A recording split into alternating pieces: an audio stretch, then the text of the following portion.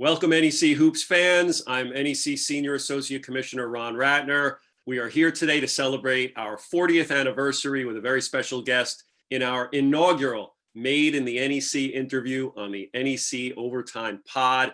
At this time, I'd like to introduce a former NEC student athlete, coach, and longtime NEC Hoops analyst, Tim Capstraw. Tim, thanks for joining us. Ron, all pumped up to be here. I had a little coffee this morning, talking to you. Come on, this is going to be great. We've been looking forward to this for a long time, so let's get right into it. We got a lot of ground to cover here. Let's start with young Tim. Growing up in Utica, New York, what were your youth sports experiences, as you were growing up? Well, I was, and again, you don't want me to go on for 2 hours, do you? You want some quick answers right here, right? Listen, I was like a jack of all trades. I was good at every sport, but wasn't great at any one.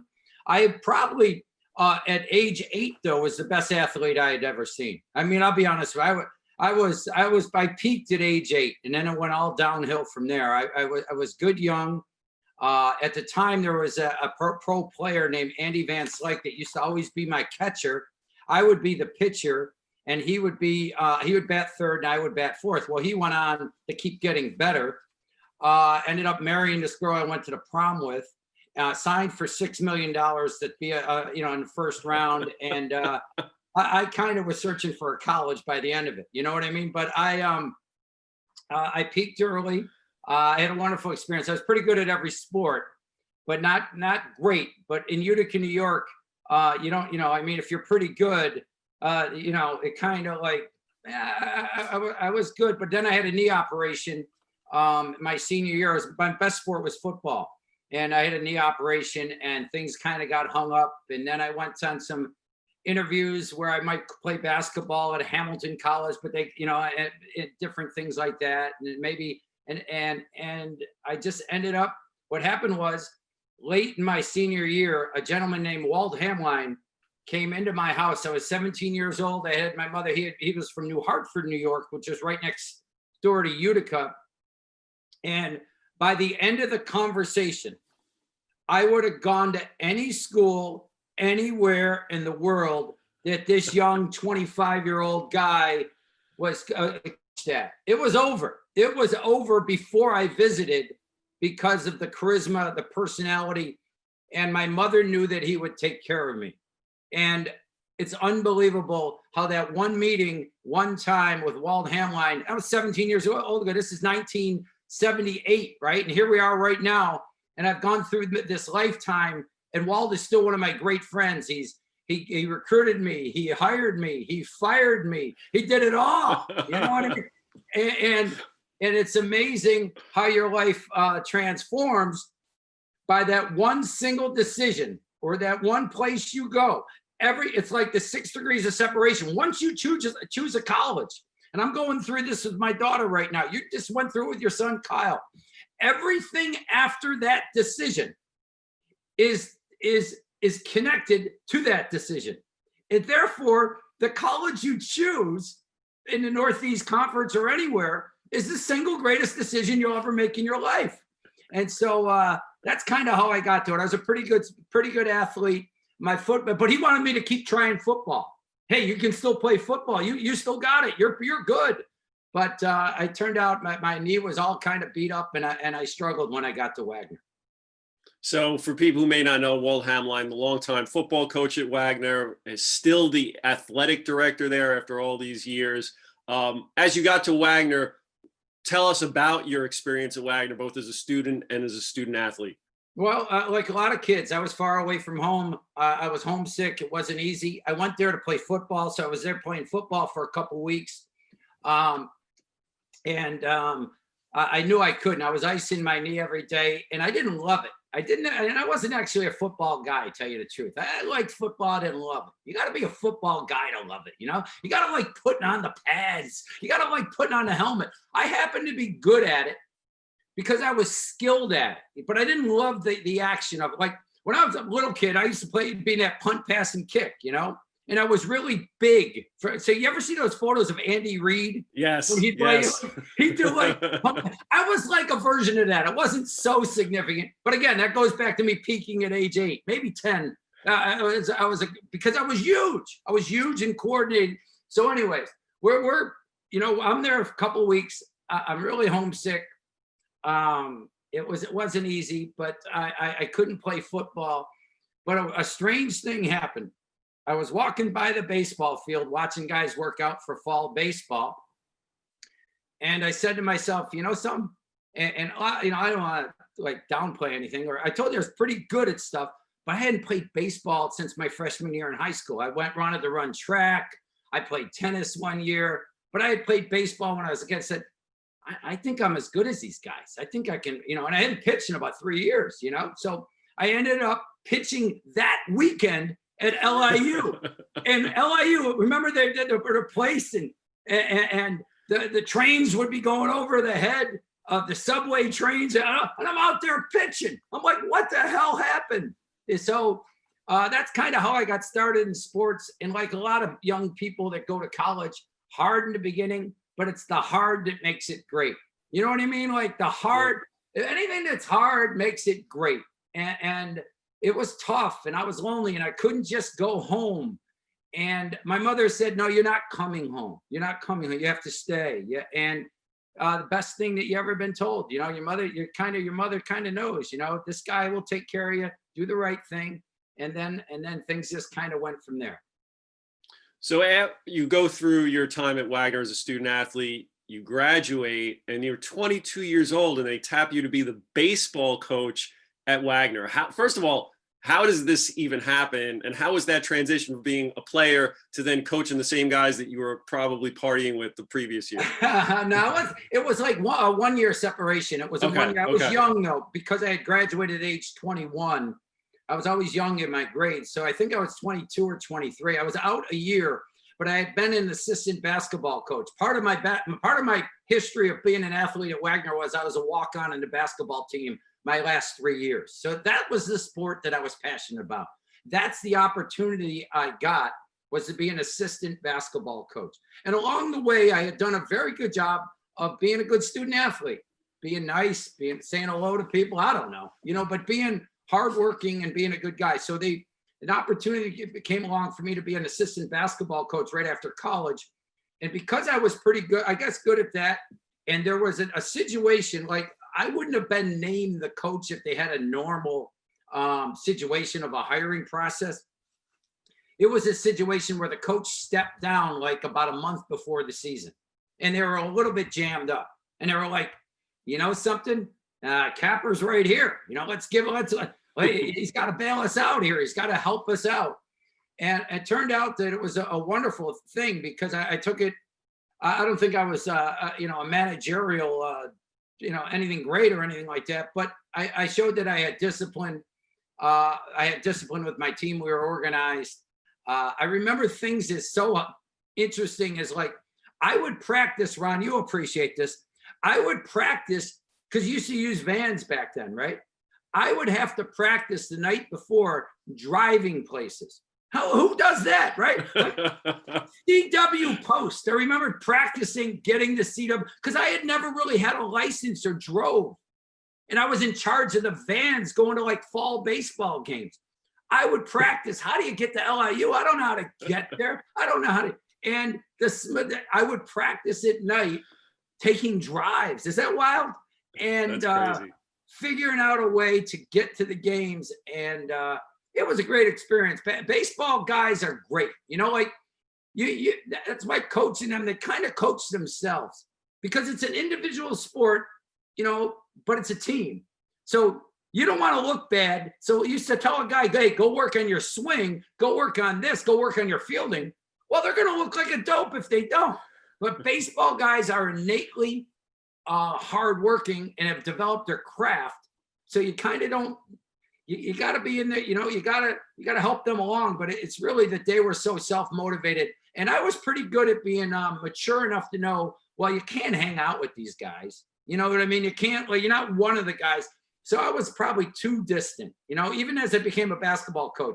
Looking back I was too distant to make sure that I didn't have any conflicts with being a young person. So you spent a few years as baseball coach, then you pivoted back to hoops, going to Siena as an assistant under Mike Dean.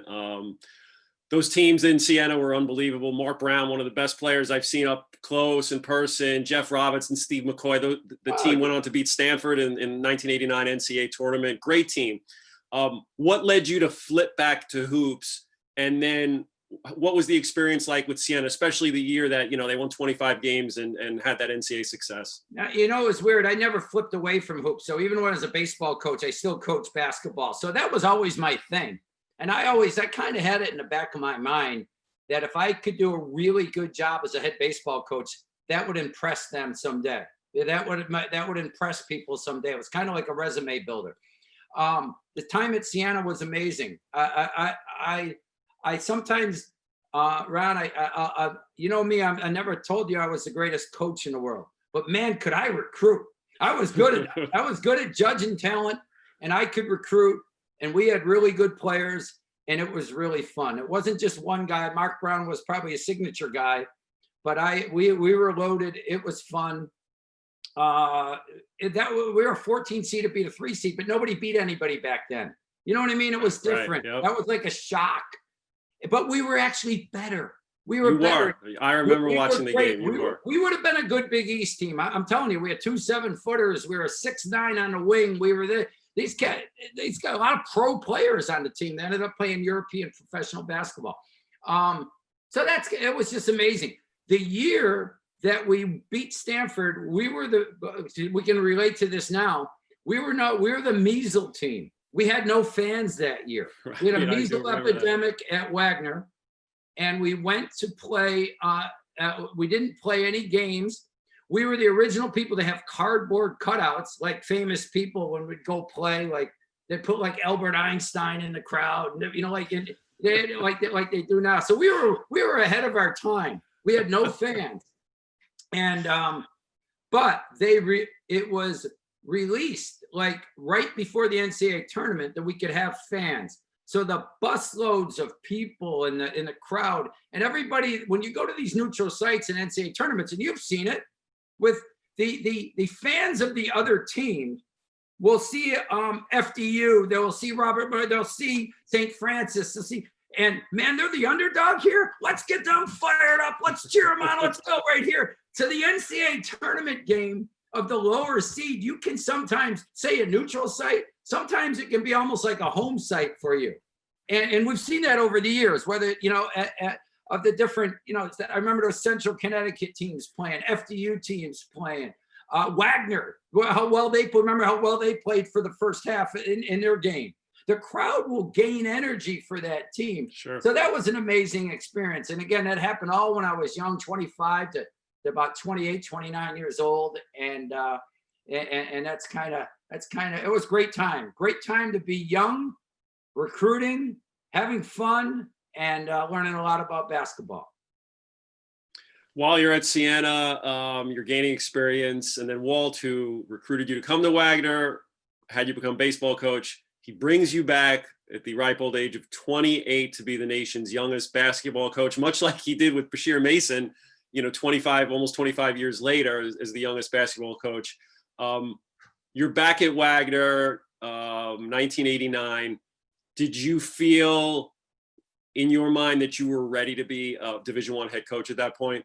Yeah, because I thought that I knew I would have to learn a lot and get better. And you don't know if you can be a head coach until you're a head coach. It really, but I had known that I was I knew that I was a big part of Siena's success. Like I would look and say, well, that guy came here. That guy came here. That guy came here. He was rookie of the year. He's player of the year. He's all league. He's this, that. There's like 5 different guys that were player of the year or rookie of the year. So I was like, if that's a big part of it, then I know I'm good at that. And I was good as an assistant giving suggestions. I was good in practice. It's really good. And I'm kind of sound like I'm bragging right now, only to tell you that it doesn't mean you're a good head coach. Like I don't feel that when you move that seat over, it is a big deal. It's a much bigger deal. Like it doesn't have to do that much with your knowledge of basketball.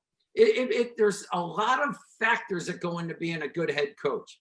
And I thought I hustled and I built up a program in 3 years or 4 years, but I didn't feel like I was a great head coach. And that's a big difference. You know what I mean? Like, and that's kind of what stands out to me is that I got to Wagner, I got there, and we built it up in 3 years. It was bad, and we built it up. I remember how hard I worked for 5 years or 4 years. I remember having rotary phones and have to put Band-Aid on my finger so I could make calls. That's how many, because I was, I knew I could build it up, but I didn't feel like when I'm talking about how great I was doing this, and I also want you to know I don't think I was a great head coach.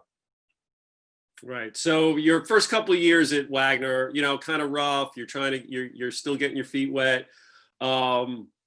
You had my guy Billy Carisco for a couple of years, who was an awesome player. And then you add your second year, you add Bobby Hobson and Lamont Street. So the building blocks begin at that point. Heading into the 91-92 season, like you add then, Misha Mutajic, Milan Rikic, Quincy Lewis. So the team starts to build. You finish 16-12 in 91-92. Okay, so you're on the trajectory is aiming up. Going into 92-93 with that core of those 5 players, did you feel this could be your year? And 2, did you think a showdown with Ryder was pretty much inevitable? I thought we were one of the best teams. I thought we had the most talent in the league. I thought we were really talented. If we could come together, we would be there right at the end. And I knew Ryder would be the one team that might be in our way. And I felt that way. You could see it. We were good. I mean, the timing of everything was ridiculous. You have to work hard. And when you work hard, you get lucky. So we got lucky with the Yugoslavian players. Remember, there was a war going on. There was a war going on in Yugoslavia and at that period of time.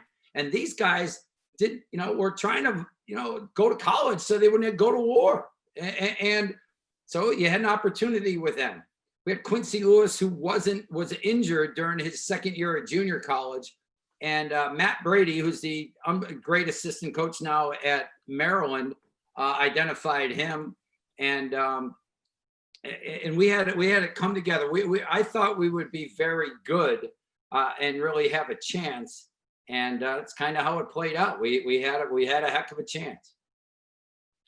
That year you beat Miami, and then you start, the team starts to roll. You go through the NEC tournament, get to the final. Again, it's Wagner, Ryder. I guess this is the elephant in the room in this conversation, the 1993 title game at the Bronx Zoo. I remember watching, I was not working at the NEC, but I watched this game and I always thought it was one of the best college basketball games I've ever seen. One of the great championship week games and finishes, and probably the best NEC final in our 40 years. Before we get into the details of the game, what was the atmosphere like for you in the Bronx Zoo that night? People were there an hour and a half early because it was such a small gym, and it was small, so people had to get there to get a seat. And I don't know if they did pre-sale, so everybody was there incredibly early, and it was wild. And then you had the Ryder. You had a Wagner section that was allowed a certain amount of tickets. You had the Ryder. You had, it was a big deal when ESPN would come in to do the game. Remember, Tom Mees was the broadcaster. We have lost him since, but he was great. They did a thing where it was just a unique game for the country because the Ryder had gained home court advantage. They had a small arena at the time. It really stuck out as like, this place is nuts. It actually had a stage. They did the open for the game on the stage, almost like everybody had played CYO basketball, youth league basketball. There was a stage at the end of it. It was an amazing atmosphere. It was highly charged. It was quite special to build up to that game. I mean, everything you just said is why NEC finals are always great. Yes. They're different than you see in the Big East final. And there's nothing don't take away anything. Those are some great games. but when you pack them into the small gyms and you get that sort of atmosphere, there's nothing like it that you will see all season. I don't know why more leagues don't adopt what the NEC's never gotten away from. Why wouldn't you reward the higher seed for their 2 months or 3 months of a great work and then create this atmosphere that is so amazing for a championship game? I am so happy that the Northeast Conference has never gotten away from that. You have to reward everybody for getting there and giving him that and creating that type of atmosphere. And oftentimes, as we've seen in the Northeast Conference, the home court advantage does not necessarily help in a championship game. In fact, more time, I don't know what the percentage is. You'll know it exactly. But it's shocking how many times it almost works to the disadvantage, or teams don't play particularly well at home for that one game. But I think you're right. The buzz, the atmosphere, the juice in the building of a Northeast Conference final, it's almost like missing it, even in some of the major league. You know what I mean? Even when they do things certainly when they do things, some of the leagues that play at the bigger, like the Barclays Center, even there are times at Madison Square Garden, you don't feel the energy. Right. It doesn't feel like it. Even the ACC tournament, there are times it feels a lot better when it's at Duke or North Carolina than it does when it's at a neutral site. I've never been able to. I understand it in those cases because it's major and it's a TV thing and it's all that. But I'm so proud that the Northeast Conference has never gotten away from that, and I think it's great on both the men's and women's side that you play at home sites. Yep. So there was that claustrophobic feeling in the Bronx Zoo that night. The people are right on the court. So as the game goes on, it's a duel. So it's a duel. You have your guy, Bobby Hobson, Derek Subron Ryder, a guy I saw play numerous times. Again, one of the great players in Northeast Conference history. Probably nobody even really knows about. He was the player of the year that year. Bobby Hobson, first team All NEC. They're going shot for shot in the second half.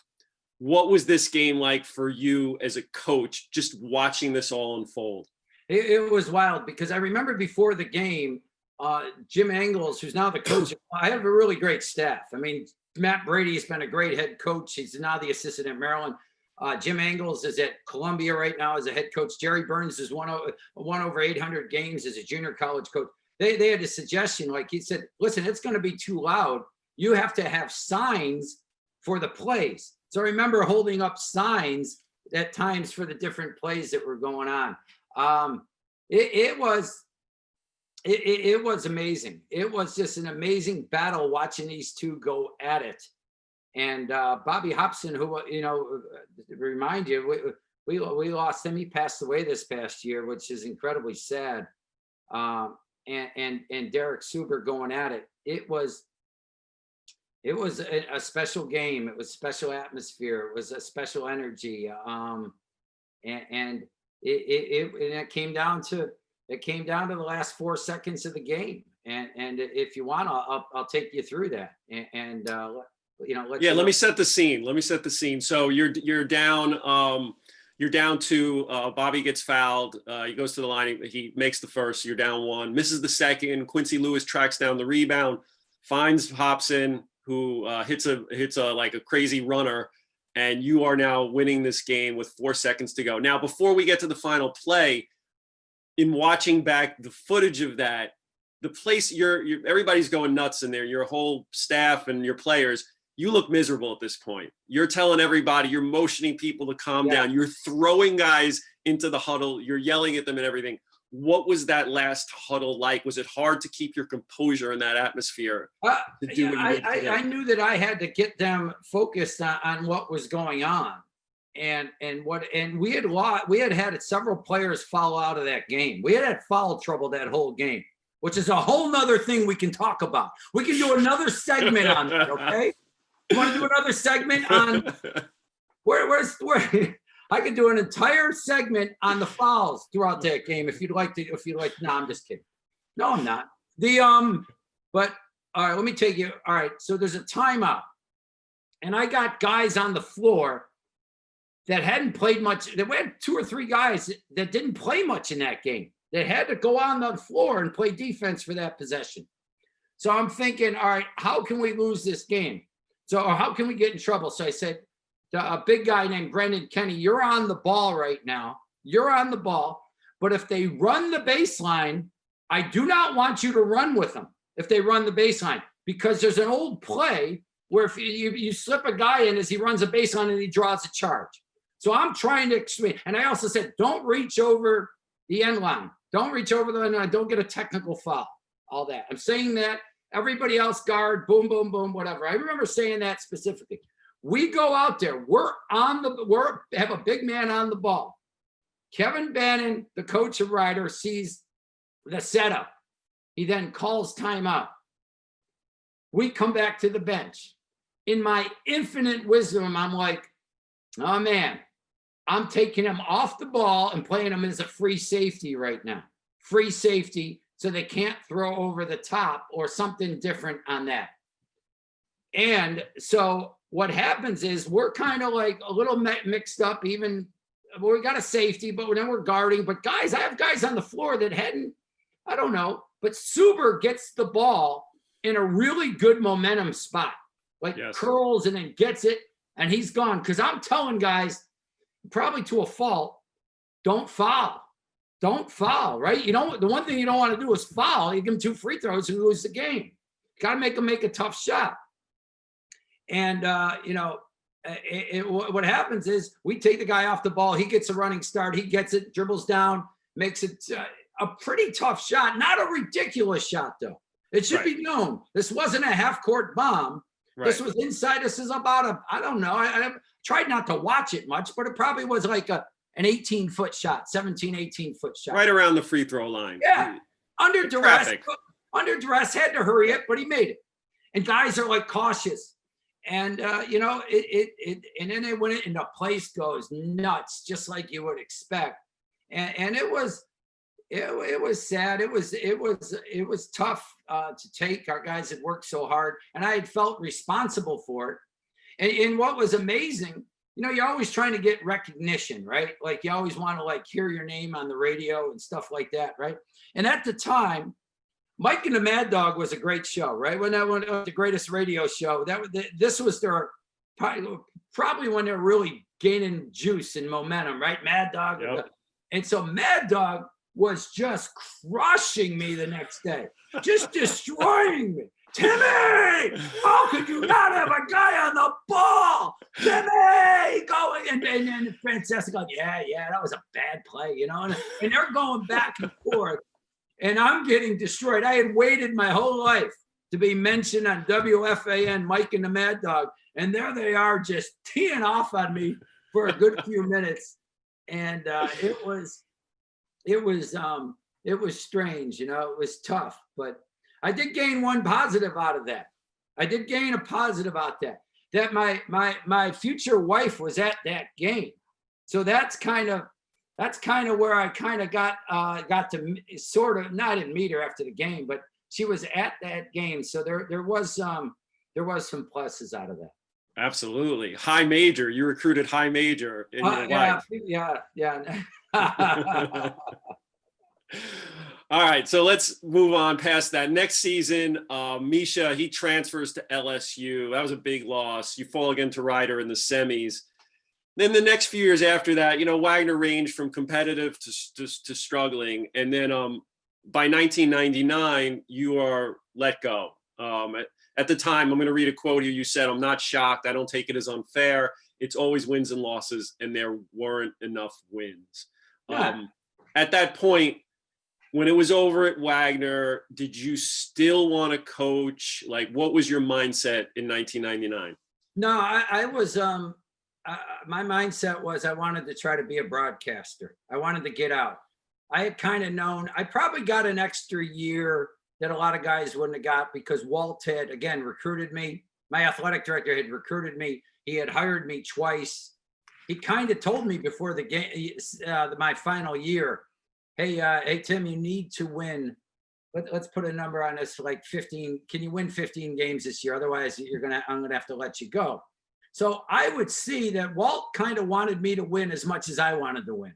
It just wasn't going to be the number that you needed. So so I kind of knew it was coming. And along the way, the last couple of years, I had done some TV appearances for the NCAA tournament. I had always had to speak at these luncheons in New York City, and guys like you would come up to me, especially you, would come up to me and encourage me that I was pretty good at that. I was pretty good at communicating, maybe telling a joke, and I was, getting my feet wet with broadcasting. I knew there would be a little bit of a longer haul than most, because some of the national names can go right to an ESPN game, and I knew I had to grind it out. So my focus was much more on moving forward towards broadcasting, and then moving on. But I wasn't like one of these guys that had 3 years left on my contract. You know what I mean? Right. Like this was 1990, 99, 2000. Wagner College at the time. Now it's gotten a lot, like in the last 20 years, the contracts and all this. Now I was like an employee, I was like, yeah, well, I'll pay you a little bit, but get out of here. It's time to move on. So I kind of had to build my broadcasting thing and do like clinics for kids and teaching. And you know how big one-on-one instructors are now? That's a big business. Yep. I was probably the original guy doing that. I would drive to Long Island every day. I know me and Jason Hernandez, who's a professional, a pro coach right now in the NBA, would be the only people I knew in Long Island that would be teaching kids one-on-one skills, shooting. I do a lot of that so I could get my feet wet with broadcasting. Thanks for joining us for part 1 of Made in the NEC with Tim Capstraw on the NEC Overtime Pod. Be on the lookout for part 2, where we talk to Tim about his transition to broadcasting, his time as an NEC analyst, his highly acclaimed Holding Court halftime show, and how he hooked up with the Brooklyn Nets as their color analyst.